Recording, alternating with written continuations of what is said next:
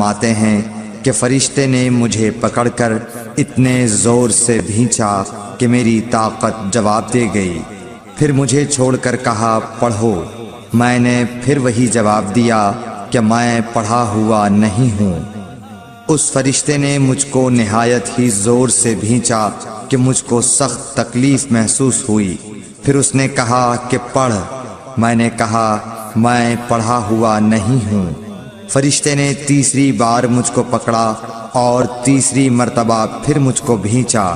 پھر مجھے چھوڑ دیا اور کہنے لگا کہ پڑھو اپنے رب کے نام کی مدد سے جس نے پیدا کیا اور انسان کو خون کی پھٹکی سے بنایا۔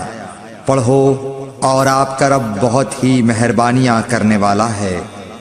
پس یہی آیتیں آپ حضرت جبرائیل علیہ السلام سے سن کر اس حال میں غار حرا سے واپس ہوئے کہ آپ کا دل اس انوکھے واقعے سے کانپ رہا تھا۔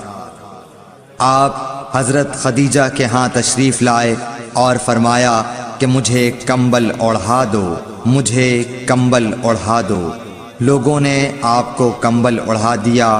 جب آپ کا ڈر جاتا رہا تو آپ نے اپنی زوجہ محترمہ حضرت خدیجہ رضی اللہ تعالی عنہا کو تفصیل کے ساتھ یہ واقعہ سنایا۔